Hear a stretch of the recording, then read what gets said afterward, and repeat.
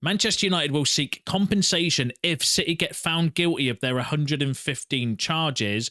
Zirkzee's future is set to be decided, injury updates to go through, loads of transfer rumours including 2 right wingers and a striker that is on absolute fire, and a rundown of all the latest Manchester United news and transfer news that will keep you right up to date with everything.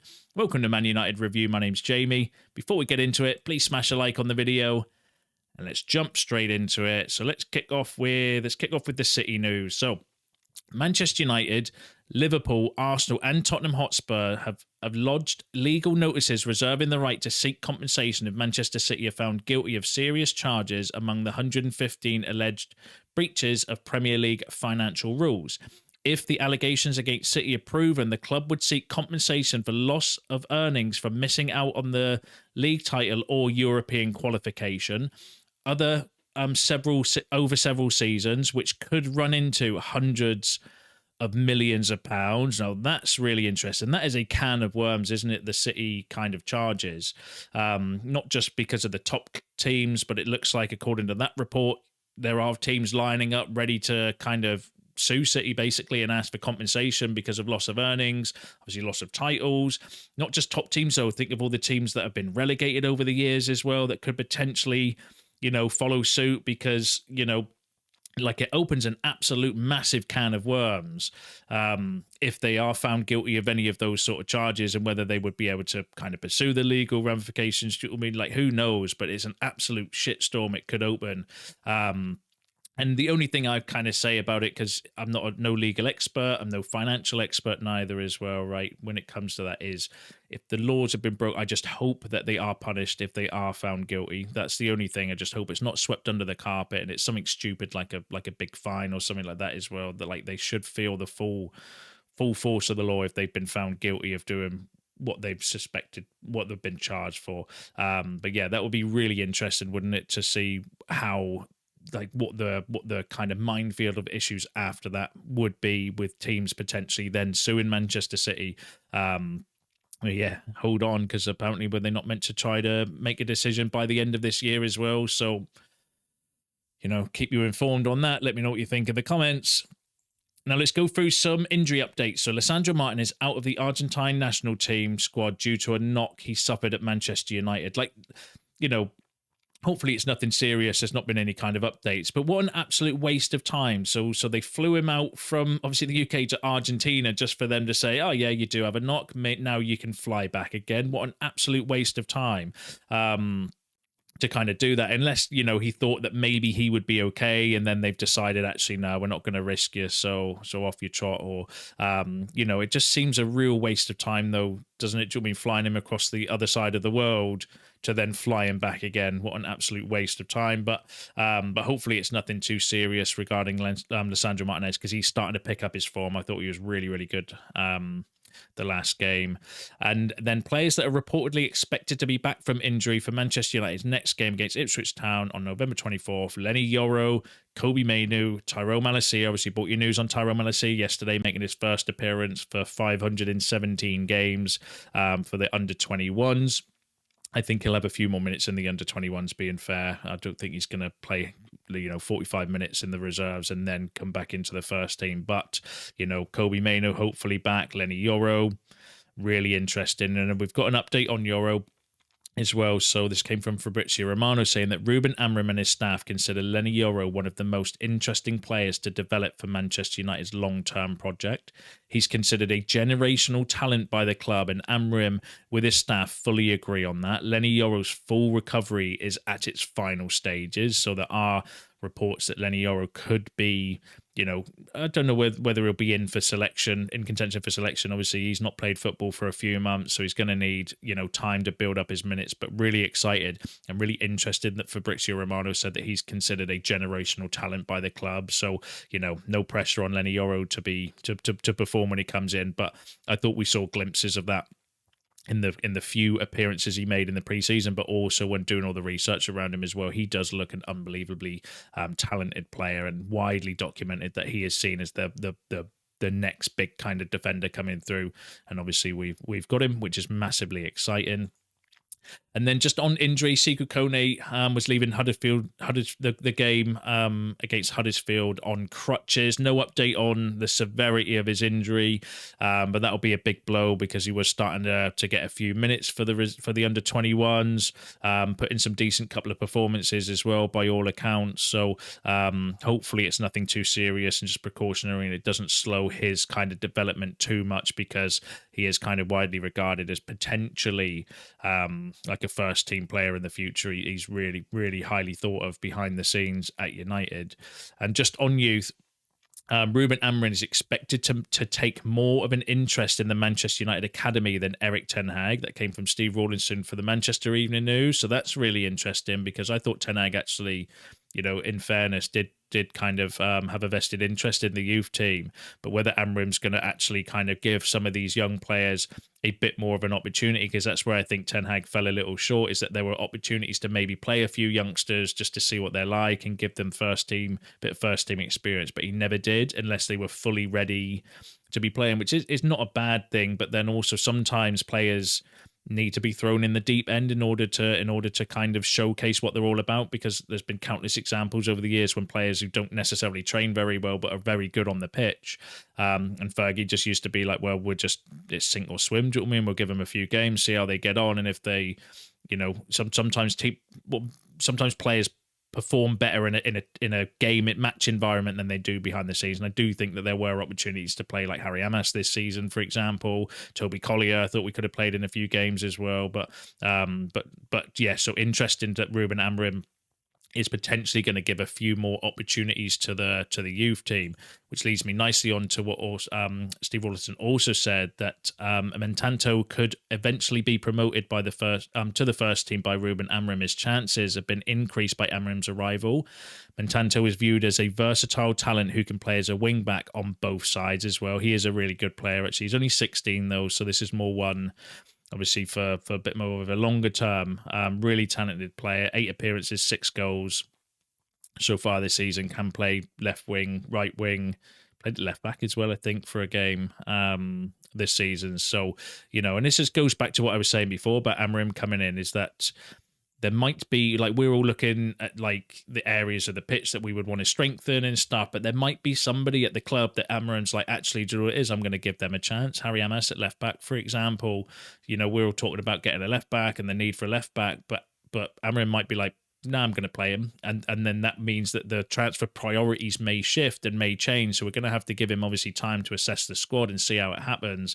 But there might be more kind of players in the reserves that actually Amorim likes the kind of look of, and will give them a chance in the first team, whereas Ten Hag wouldn't, because he didn't think they were necessarily first team ready, which again, it's a good and a bad thing. I don't think there's a right or wrong approach for that. It's just personal preference. Personally, I would have liked to have seen a few more young players at least given some minutes to see what they're like, which could be the case under Amorim. So we're just going to need to wait and see. But yeah, there are some very talented players in the under 21s and the 18s, which is really good. So if we do see a few more of those coming through, then I'd be all for that.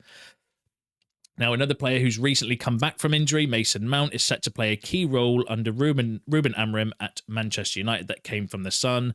I think Mount would really, really fit his system. It's just whether he can stay fit or not. That's the only problem with Mason Mount. I think he could play one of those inside kind of attacking forwards really well, might even do a good job, as the 8, if you played like Mount and Ugarte potentially in midfield, if Mainu's kind of injured, like he does give you a bit more flexibility, but the guy can't stay fit. That's the only problem with Mason Mount. I'd love to be proven wrong and he goes on an unbelievable run. I genuinely do hope that as well, because I do think Mount is a fantastic player and he's a really good player. We've just never seen it. That's the only problem with Mount. So if he stays fit, then yeah, I could see him doing a job with Amorim's kind of style of play and system. But the question mark will remain, how long will he be fit for? But let me know what you think about that in the comments. Now, let's move on to some transfer stories. So, been a lot of noise in the kind of mainstream media the last day around Joshua Zirkzee again, but a lot of the kind of stories are coming from Italian outlets with links with Juventus, who I think are pushing, I think they're pushing Zirkzee to Juventus, and then some of the mainstream UK media are kind of reporting on it, but I don't necessarily think there's that much credibility in the stories. Alfredo Padula, Italian journalist, can be quite reliable, was quite reliable with some of the transfer rumours in the past. They said Ruben Amorim will decide if Zirkzee is not considered suitable for the project. If United decides to go for a striker, the departure of him in January would be a hypothesis. So what he's basically said, and he did go on to say that Juventus are interested in Joshua Zirkzee. So there are still a few links with Zirkzee potentially going to Juventus if Juventus are interested in him, and then United going for another striker. The Muppeteers said that Zirkzee himself is not looking to leave, but whether the club would sell him or not, I don't know. But it creates an interesting talking point. Like I don't believe the credibility of these stories, being honest. I think there's a bit of sour grapes from the Italian media that wanted Zirkzee to stay in Italy. They were a little bit upset that we stole him from under the noses of Milan, and they're just putting shit spreading stories out. That's what I personally feel, because they're not coming from anywhere of great credibility, although Alfredo Padula has been credible before in the past, but he's no Romano and he's no Ornstein. And obviously the Muppeteers said that United are not looking to, or Zirkzee's not looking to leave United anyway.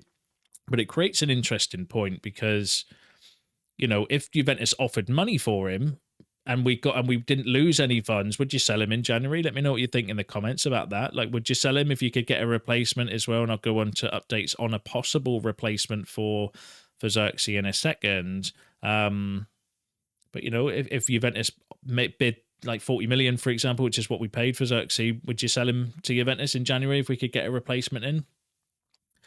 I'm not so sure. I think I'd still like to give him a bit more time, because there is a player in there. There's a reason why, a lot of other teams were looking for him. There's a reason why United obviously went for him, because it wasn't like a Ten Hag signing. I don't believe that the scouts are that shit that they'll kind of look at somebody and say, okay, yep. If they're not 100% confident on him, I don't think Ineos and the scouts and everyone would have gone for him. So there's clearly something with Zirkzee. But again, let me know what you think about that in the comments. In terms of a possible replacement, Eintracht Frankfurt's Omar Mamouche is a potential one to watch for Manchester United in the January transfer window. Now, that came from Ben Jacobs. Ben Jacobs, some people rate him, some people don't. I always call him a hit and miss journalist, sometimes credible, sometimes not credible, but one to watch. Now, Mamouche is a player that we have been linked with before, though, having an unbelievable season. He is on absolute fire. 25 years old, 10 appearances, 11 goals, 7 assists this season. That's unbelievable. Mainly playing as a centre forward.